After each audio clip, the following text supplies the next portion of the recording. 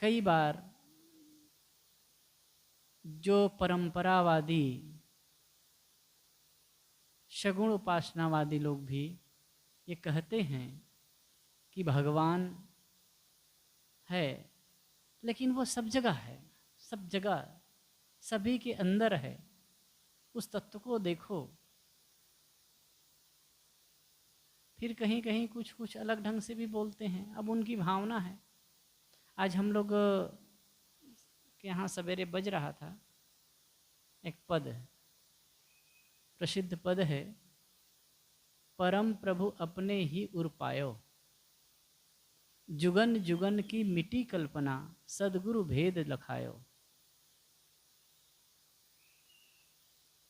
जैसे कुंवर कंठ मणिभूषण, जान्यो कहीं गंवायो, काहु सखी ने आय बतायो, मन का भेद मिटायो। जो तिरिया सपने सुत खोयो, जान की जी अकलायो, जाग पड़ी पलंगा पर पायो, ना कहीं कहूँ गयो न आयो।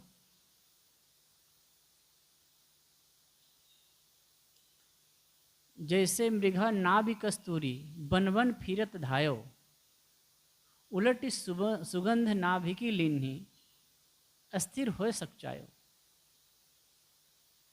ये 3 उदाहरण साहब ने दिया है। फिर अंतिम में कहें कबीर गूंगे गुड़ खायो, कहें कबीर सुनो भाई साधु, गूंगे जो गूंगे गुड़ खायो, ताका स्वाद कहें धो कैसे, मन ही मन मुस्कायो। बड़ा प्यारा ढंग से, बहुत अच्छा लगा। सुनते रहते हैं लेकिन मुझे ख्याल आ गया, परम प्रभु अपने ही उर पायो। बहुत सारी ज्ञान की बातें सुनते हैं, विचार विवेक विचार की बातें भी सुनते हैं, कहीं कहीं भौतिकवाद की बात भी सुनते हैं, लगता है कहीं कुछ नहीं है। लेकिन जब आदमी का मन कमज़ोर होता है, किन्हीं बातों को लेकर उलझता है, या जीवन में कोई विषम परिस्थिति आती है, तब लगता है कहीं कुछ है। और कहीं न कहीं मन के किसी कोने में उसके लिए एक जगह होती है, और वो कहीं भटकता जरूर है। फिर अब ये भी क्या है, बचपन से वही चीज सिखाई जाती है ना। बचपन से, शुरू से, जब से बच्चा होश संभालता है, तब से एक परमुखापेक्षी अवस्था बनती है। कहीं कुछ हुआ ऊपर ताकता है, कहीं कुछ परमात्मा बैठा है, कहीं बैठा है, वही सब कुछ करता है। खैर उधर नहीं जाएंगे, सीधी सी बात इसमें क्या कहते हैं, जैसे कुंवर कंठ मणिभूषण, जैसे एक कन्या थी, उसके गले में सोने का चैन था, सोने की माला थी, और उनको लगा कि ये जो माला है कहीं गुम गया, और उसको वो ढूंढती है, परेशान हो जाती है। तो कोई सखी आकर के बताए कि तुम जिसको खोजते हो, जिस माला को खोज रहे हो, वो तो तुम्हारे गले में है। तो मन ही मन वो खुश हो जाती है। ऐसे ही हम ढूंढ तो रहे हैं, अस्तित्व है, एक बाह्य अस्तित्व है। पारक सिद्धांत में 2 बातें कहते हैं, जड़ और चेतन। जड़ जगत, एक कही जड़ात्मक सृष्टि और एक दूसरा जड़ चेतनात्मक सृष्टि। जड़ चीज है मिट्टी, पानी, आग, हवा, और इससे निरूपित जो कार्य पदार्थ हैं उस जड़ है। और चेतन आपका चैतन्य, चेतन जिसके अंदर ज्ञान गुण है। इसको सरल ढंग से और कहते हैं तो कह कि ना जड़ अपने को जानता है, ना दूसरे को जानता है, और चेतन अपने को भी जानता है और दूसरे को भी जानता है। तो सभी के अंदर वह तत्व विद्यमान है।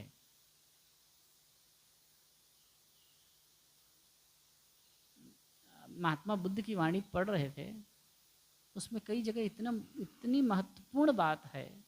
अत्ता ही अत्तनो नाथो, अत्ता ही अत्तनो नाथो, को ही नाथो परोसिया, अत्ता ही सुदंतेन नाथम लबधि दुर्लभम। आत्मा ही आत्मा का स्वामी है, दूसरा स्वामी उसका कौन हो सकता है? कितनी बढ़िया बात। अत्ता ही अत्तनो नाथो, आप ही अपना स्वामी हैं, दूसरा स्वामी कौन हो सकता है? लेकिन शर्त देते हैं, अत्ता ही सुदंतेन, अपने आप को अच्छी तरह सुदांत कर लिया। अभी हम लोग सुन रहे थे ना नानक जी की वाणी, जे ममता तजे ते मूर्ख भगवान, ऐसे कुछ आया था ना। जो ममता को, अहमता को छोड़ दे वो भगवान हो जाता है। अब यहाँ महात्मा बुद्ध देखिए, समझे की गति एक है, इसमें सब आ जाता है। महात्मा बुद्ध का क्या कहते हैं?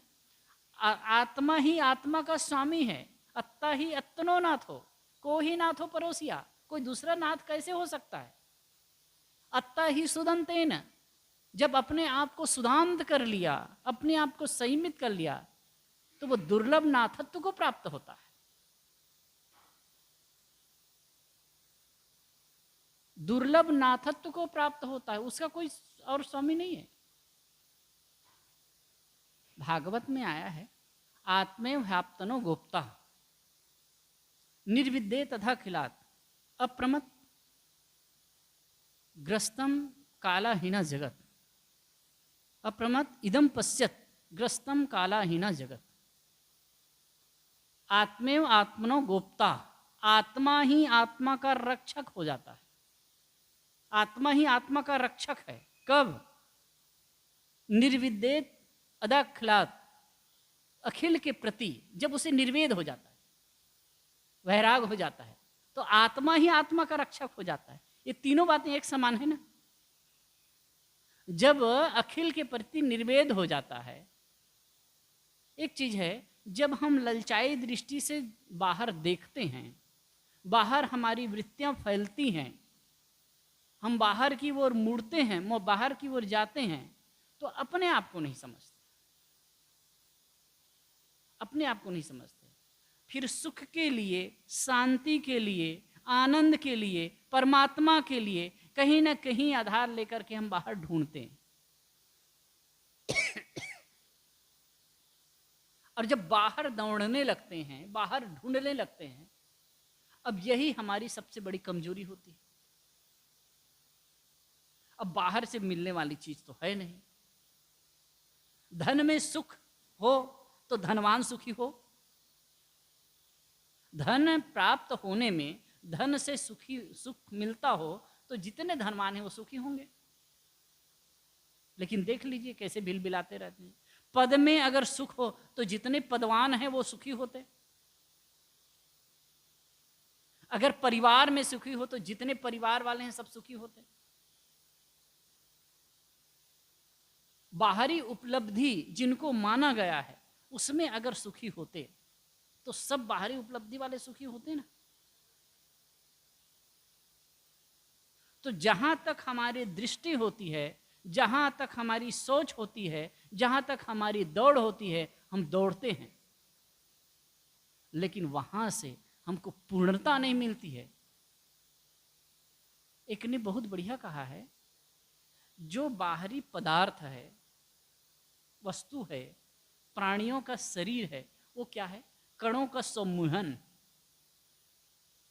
पदार्थों से बना है, परमाणुओं के संयोजन से बना है, और वो जो चीज है टूटने वाली है, बिखरने वाली है, अनित्य है।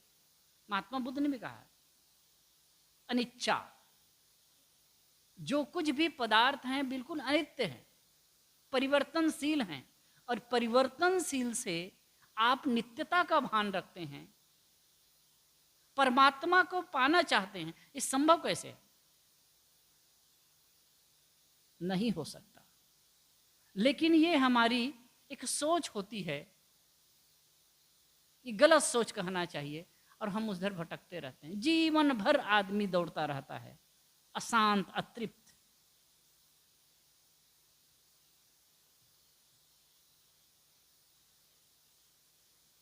हम लोग कहाँ गए थे, एक बूढ़े बाबा मिले थे, बहुत उम्र वाले, बहुत उम्र के नहीं थे, हाँ, जबलपुर के पास, शायद 105 वर्ष के थे, बड़े अच्छे, बड़े सरल, बड़े विनम्र। अब वो पैर पकड़ना चाहे, पैर धरना चाहे, हमको संकोच करके नहीं बाबा जी, इतने सहज रूप से वो बात करते थे। अब इतने संतुष्ट, कहे कि बस पूरा है साहब, कहे कुछ आशा नहीं, कुछ चाहना नहीं, कुछ प्राप्त करने की इच्छा नहीं।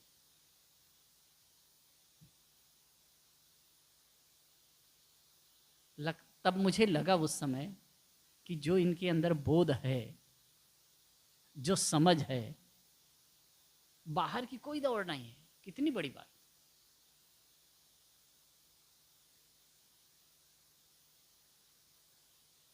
परम प्रभु अपने ही उर पायो, अपने ही उर पाए। जब परम तृप्ति का खजाना, परम संतुष्टि अपने अंदर है, अंदर भी कहने का ढंग है, मैं जिसे बाहर खोजता हूँ, वो अस्तित्व, वो सत्ता, वो सुख, वो आनंद, वो जब अपने में है तो फिर बाहर का भटकना ही बेकार है। और उसी के लिए संत गुरुजन महापुरुष उसी के लिए संकेत करते हैं। महात्मा बुद्ध के लिए कहा जाता है, जब वो तपस्या में रत थे, 6 वर्ष तक घोर तपस्या किए, घोर कृष्णकाय हो गए। कहा जाता है इतने मतलब असक्त हो गए थे कि इतने बड़े माटला जो हंडी थी, हंडी में पानी भर करके लाने में कठिनाई होती थी उनको, तो गला में उसे हंडी में रस्सी फंसा के उसे गलम फंसा लेते थे और कमर भर पानी में जाते थे, और वो घड़ा डूब जाता था तो धीरे से बाहर आते थे। एक दिन गिर पड़े, बाहर आए और तट पर गिर पड़े, बेहोश हो गए। तो कहते हैं सुजाता की बात आती है, फेमस अब कथा है। सुजाता वो वन देवी को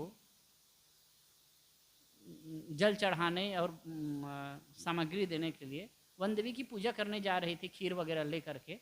तो वो देखे कि महात्मा है, गिर पड़े हैं, तो पानी ली थी, उसमें उसके मुंह पर छींटा मारी तो होश आया उनको। तो वो सोचे यही वन देवता है, खीर उनको खिला दिए। तब महात्मा बुद्ध को लगा कि जो तपस्या मैं कर रहा हूँ, जिस तपस्या से एक नदी को पार नहीं कर सकता, जिस तपस्या से मैं चल नहीं सकता, जिस तपस्या से मैं अब इस शरीर का निर्वाह नहीं कर सकता, वो मेरे दुख का नाशक कैसे हो सकता है।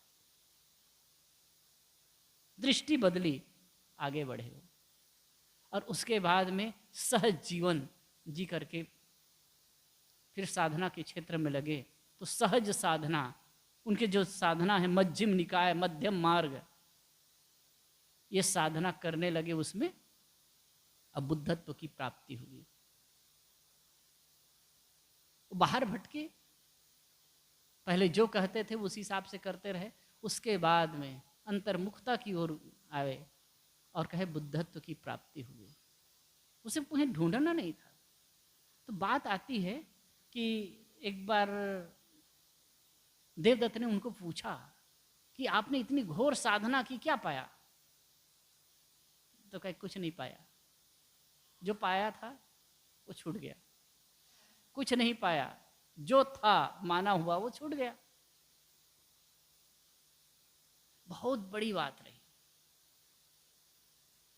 अहंता ममता छूट गई, तृष्णा छूट गई, बस मैं जो हूं।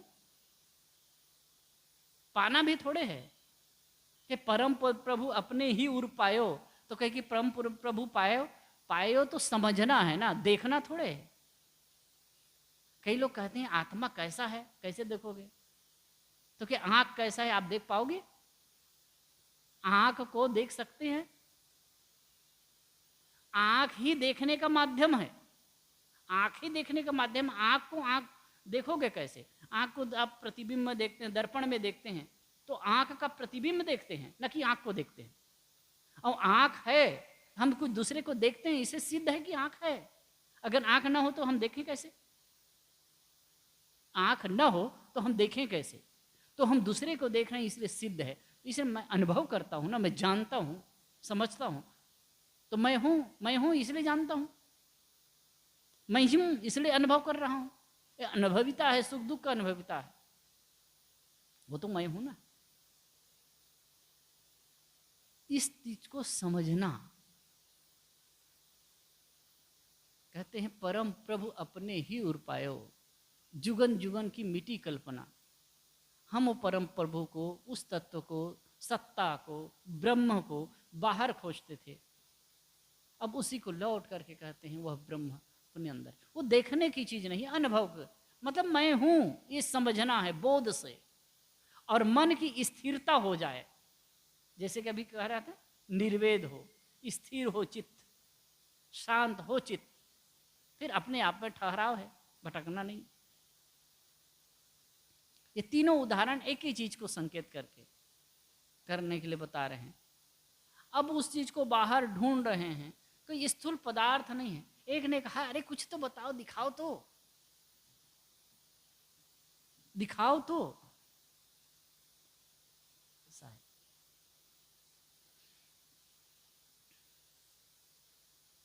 तो कह भाई आप वायु को देखते हैं, वायु तो पदार्थ है, भौतिक तत्व है, देख पाते हो?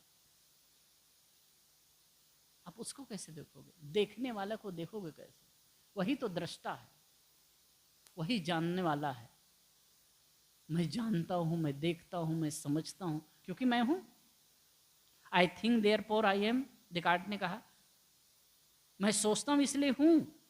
आई think therefore I am, मैं सोचता हूं इसलिए मैं हूं। नहीं, मैं हूं इसलिए सोचता हूं। अगर मैं नहीं होता तो कैसे सोचता? मैं नहीं होता तो कौन सोचता? मैं हूं इसलिए सोच रहा हूं। अब इस चीज को समझ लेना, फिर बाहर का भटकाव बंद हो गया। फिर तो साधनात्मक जीवन जीना है भाई, संयम पूर्ण जीवन जीना है। और मैं कहता हूं इसी चीज को गहराई से समझ लेना, तो बहुत ज्यादा देवी देवता भूत प्रेत में उलझते हैं ना, ये उलझाव बंद हो जाएगा।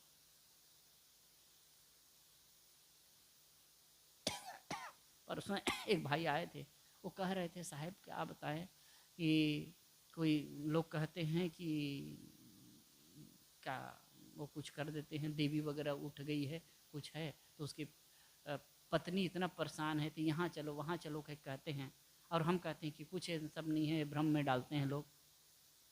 अब इतना उलझे हैं उसी में, यहाँ वहाँ दौड़ते हैं। तो मैं कहा भाई सही चीज को अगर समझ ले आदमी, भटकाव बंद हो जाएगा।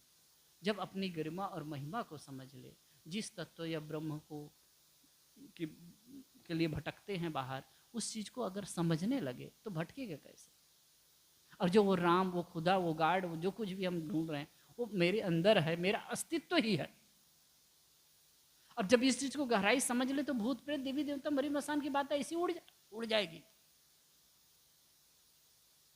मैं जब नित्य पदार्थ हूं, नित्य सत्य हूं, तो मुझे कौन क्या कर सकता है? और मेरा जो प्रारब्ध से शरीर बना है, प्रारब्ध पूरा होगा, समाप्त हो जाएगा जी। फिर भटकने और उलझने की आवश्यकता क्या है? अब इस चीज को गहराई से समझ ले आदमी, तो फिर बाह्य मान्यता और भ्रम ऐसे ही टूट जाएंगे। तो जो गुरु कबीर का पद है, परम प्रभु अपने ही उर्पायो, जुगन जुगन की मिटी कल्पना, सदगुरु भेद लखायो। जुगों जुगों से जो कल्पना थी, जुगों जुगों से जो इसके लिए हम भटक रहे थे, वह तत्व अपना अस्तित्व ही है, अपनी सत्ता ही है। उसको समझ ले, फिर आदमी का भटकाव बंद हो जाता है। वो सुख के लिए, वो शांति के लिए, वो परम तत्व के लिए बाहर नहीं भटकेगा। अब ये भटकना बंद हो गया, फिर अपने में संयमन, अपने में संयमन, अपने में जागरूकता, अपने में होश लाने के लिए साधना की आवश्यकता है। अब इसी को करे आदमी, तो अपने में शांत, अपने में खुश, अपने में परमानंद का अनुभव कर सकता है। इसी के लिए हम सबको प्रयत्नवान होना है। बोलिए सदगुरु।